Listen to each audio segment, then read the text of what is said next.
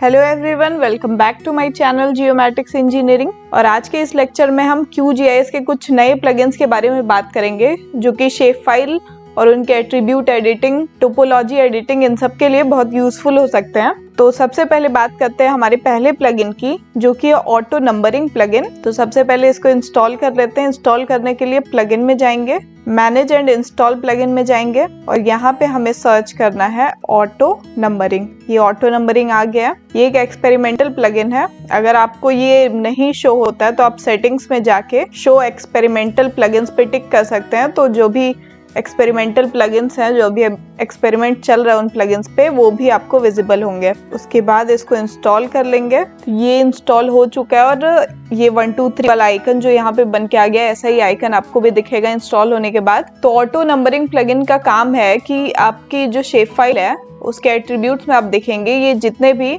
यहाँ पे 1169 जितने फीचर्स हैं टोटल, इनकी नंबरिंग ऑटोमेटिकली ये असेंडिंग या डिसेंडिंग ऑर्डर में कर देता है, क्योंकि QGIS में जो है आपको आईडी प्रोवाइड करनी पड़ती है, ये ऑटोमेटिक नहीं लेते हैं नंबरिंग। तो हम इस शेप फाइल में एक आईडी जो है जनरेट करके देखते हैं। तो सबसे पहले टूल पे जाएंगे, यहाँ पे लेयर को सेलेक्ट करनी है, एक बेस फील्ड को सेलेक्ट करना है जिससे ये जो है फीचर्स काउंट लेगा। उसके बाद एक नई फील्ड देंगे हम, जैसे मैं इसे ID 2 दे रही हूँ। आप एग्जिस्टिंग फील्ड को भी, अगर ID नाम से ऑलरेडी फील्ड बनी है तो उसको भी मॉडिफाई कर सकते हैं, पर मैं एक नई फील्ड को ऐड करके उसमें नंबर्स को जनरेट कर रही हूँ। उसके बाद इसको रन कर देंगे। फील्ड ऑलरेडी एग्जिस्ट, ये रन होता है। अब इसको जब ओपन करेंगे और इसके एट्रीब्यूट्स में ये ID 2 का एक कॉलम बन के आ गया अपने आप, और इसमें जितने भी फीचर्स है उनके टोटल काउंट जो है असेंडिंग ऑर्डर में ऐड हो गए हैं। यहाँ पे ये मैंने पहले कुछ रन किए थे, वो वाले सारे कॉलम्स है, और ये जो ID 2 वाले नाम से ये अभी नई कॉलम ऐड होके आ गई है। तो ArcGIS में तो ये ऑटोमेटिक आईडी क्रिएट होती रहती है, पर QGIS में आपको आईडी नंबर्स देना पड़ता है। तो उस केस में जो है आप ऑटोमेटिक आईडी जनरेट कर सकते हैं इस प्लगइन की हेल्प से। उसके बाद जो दूसरा इंपॉर्टेंट प्लगइन है वो इसके एट्रीब्यूट डेटा से रिलेटेड है। तो उस प्लगइन का नाम जो है वो है क्विक एट्रीब्यूट।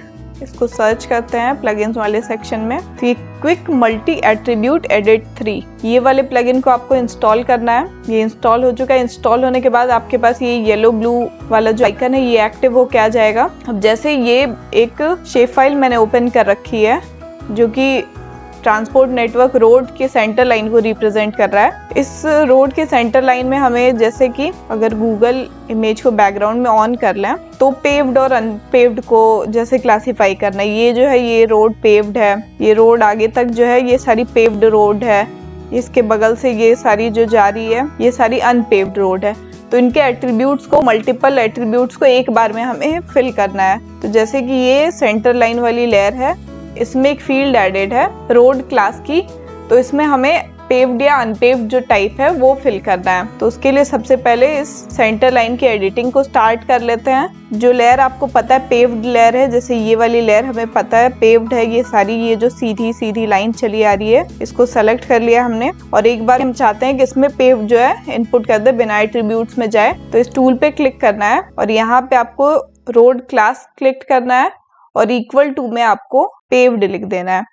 तो ये जो 3 सेलेक्टेड एलिमेंट्स हैं उनमें रोड क्लास वाली लेयर में पेव्ड जो है फिल होके आ जाएगी। ये एक बार में बस आएगा ये मैसेज जब आप पहली बार इंस्टॉल करेंगे। उसके बाद जब आप देखेंगे एट्रीब्यूट जो सेलेक्टेड फीचर्स हैं उनके लिए जो है रोड क्लास पेव्ड में अपडेट हो गई है। सेम वे में अगर आपको दोबारा, जैसे पेव्ड लेयर कहीं और है, जैसे कि ये वाली लेयर ये पेव्ड है, इसको सेलेक्ट करते हैं शिफ्ट के साथ में और इसे हमें पेव्ड देना है। तो दोबारा इस पे क्लिक करेंगे और ये ऑटोमेटिक अब रोड क्लास सेलेक्टेड है, पेव्ड सेलेक्टेड, आपको बस ओके क्लिक करना है। और अब आप एट्रीब्यूट टेबल में देखेंगे बस जो सेलेक्टेड फीचर्स हैं उनकी रोड क्लास पेव्ड में अपडेट हो गई है। सेम वे में जो है आप सारी अनपेव्ड रोड, जैसे ये सारी अनपेव्ड रोड है, इन्हें मैंने सेलेक्ट कर लिया रैंडमली और इसकी रोड क्लास को जो है यहाँ पे UN अनपेव्ड करके इसको ओके करेंगे। और इसके बाद एट्रीब्यूट टेबल में जो भी सेलेक्टेड फीचर्स हैं उनकी रोड क्लास जो है अनपेव्ड में अपडेट हो गई है। तो ऐसे करके आप इजीली जो है एट्रीब्यूट टेबल डेटा को फिल कर सकते हैं। अगर मैनुअली फिल करने का काम है एट्रीब्यूट डेटा को, तो इस प्लगइन की हेल्प से आप इजीली जो है डेटा फिल कर सकते हैं। इसके बाद जो अगला तीसरा यूजफुल प्लगइन है वो पॉइंट शेप फाइल से रिलेटेड है। तो उसके लिए हम एक पॉइंट शेप फाइल ऐड कर लेते हैं। जैसे कि मेरे पास ये कुछ पॉइंट शेप फाइल्स हैं यहाँ पे। और अगला जो प्लगइन है इसको पहले इंस्टॉल कर लेते हैं, इसके बारे में फिर बात करते हैं। ये है कोऑर्डिनेट एट्रीब्यूट टेबल। ये भी एक एक्सपेरिमेंटल प्लगइन है। इसको इंस्टॉल करते हैं तो ये यहाँ पे ऐसे लोकेशन वाले शेप में ये आइकन ऐड हो जाएगा। अब ये क्या काम करता है, ये प्लगइन कोई भी पॉइंट शेप फाइल जो है उस शेप फाइल में जो कोऑर्डिनेट्स लैटिट्यूड और लॉन्गिट्यूड की वैल्यू ऐड कर देता है। तो जैसे यहाँ पे कुछ पॉइंट शेप फाइल है, इनके लोकेशनल इंफॉर्मेशन हमें जो है एट्रीब्यूट में चाहिए, अगर लैटिट्यूड लॉन्गिट्यूड की वैल्यू, तो ये प्लगइन उसको ऑटोमेटिकली ऐड कर देगा। जैसे इस प्लगइन पे क्लिक करते हैं, इनपुट लेयर जो है पॉइंट फार्म है,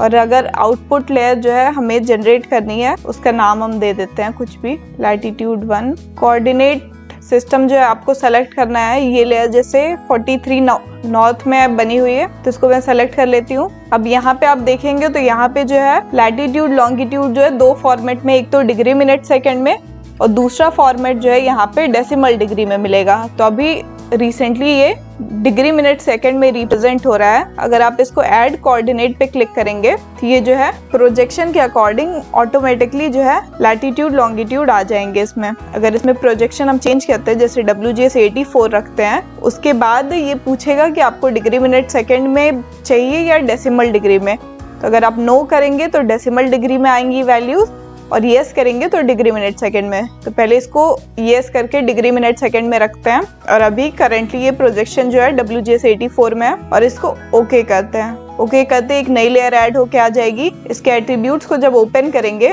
तो यहाँ पे आपको एक्स और वाई एक्सिस की जो है वैल्यूज डिग्री मिनट सेकंड में और साथ में मीटर्स में भी आ गई है यहाँ पे वैल्यूज। तो इस तरह से जो है आप इस प्लगइन की हेल्प से इजीली किसी भी पॉइंट शेप फाइल के लोकेशन इंफॉर्मेशन अगर आप एट्रीब्यूट में ऐड करना चाहते हैं, उसकी लैट लॉन्ग की वैल्यूज, तो इजीली ऐड कर सकते हैं इस कोऑर्डिनेट एट्रीब्यूट टेबल वाले प्लगइन की हेल्प से। इसके बाद जो अगला प्लगइन है वो टोपोलॉजी से रिलेटेड है। तो सबसे पहले इस अगले प्लगइन को इंस्टॉल कर लेते हैं। तो इस अगले प्लगइन का जो नाम है ये है डिस्कनेक्टेड आइलैंड्स। डिस्कनेक्टेड आइलैंड जो है कोई भी ट्रांसपोर्ट नेटवर्क लेयर है, तो उसमें जो भी डैंगल्स वाले एरर आते हैं उनको इजीली आइडेंटिफाई कर लेता है। इसको इंस्टॉल करते हैं। ये इंस्टॉल हो चुका है।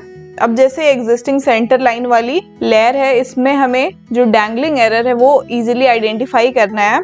तो आपको इस डिस्कनेक्टेड आइलैंड वाली लेयर पे क्लिक करना है, यहाँ से सेंटर लाइन वाली लेयर को सेलेक्ट करना है और ओके पे क्लिक करना है। तो फिर ये रन होके आ जाएगी, और ये जो है जितने भी एरर है जहाँ पे लाइन कनेक्टेड नहीं एक दूसरे के साथ, वो वाले सारे एरर्स को हाईलाइट करके रिप्रेजेंट कर देती है। जैसे यहाँ पे अगर आप जूम करेंगे, ये जो है ये लाइन में गैप है, जैसे कि यहाँ पे भी इस लाइन के बीच में जो है गैप आ रहा है, तो ये हाईलाइट हो गया है। तो इस टूल की हेल्प से जो है आप इजीली जो अंडरशूट और ओवरशूट वाले एरर होते हैं पॉलीलाइन फीचर में, वो आइडेंटिफाई कर सकते हैं और उसकी करेक्शन एडिटिंग टूल की हेल्प से कर सकते हैं इजीली। तो आज की लेक्चर में बस इतने ही प्लगइन्स थे जिनके बारे में हमने बात की, जो कि शेप फाइल एडिटिंग में काफ़ी यूजफुल होते हैं। तो आई होप कि आप सबको इस वीडियो से अच्छे से समझ में आ गया होगा सारे प्लगइन्स के बारे में। तो आप सबका इस वीडियो में बने रहने के लिए बहुत बहुत धन्यवाद। Thank you very much.